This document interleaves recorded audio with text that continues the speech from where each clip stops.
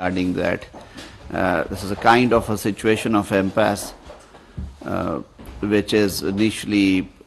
primarily revolving around the fixing of date for general elections in two provinces, where the provincial assemblies were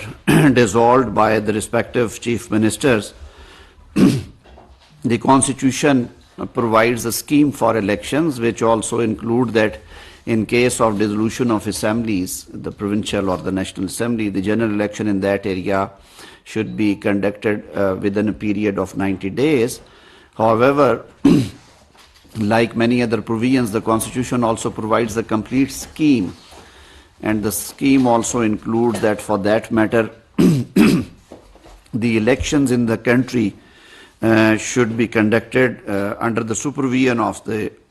caretakers governments. This is a unique dispensation which is available under the Constitution of Pakistan.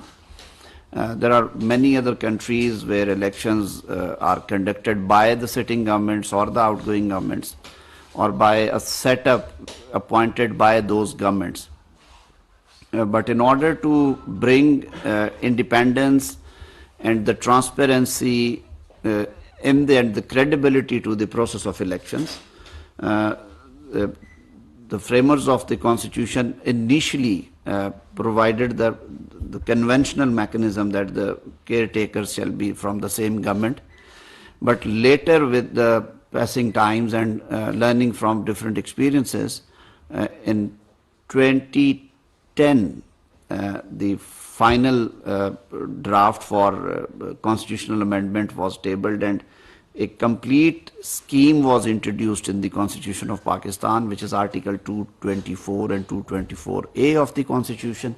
which provides and gives a scheme read with Election Act of 2017, which says that the elections to the general elections in the country shall be conducted one and the same day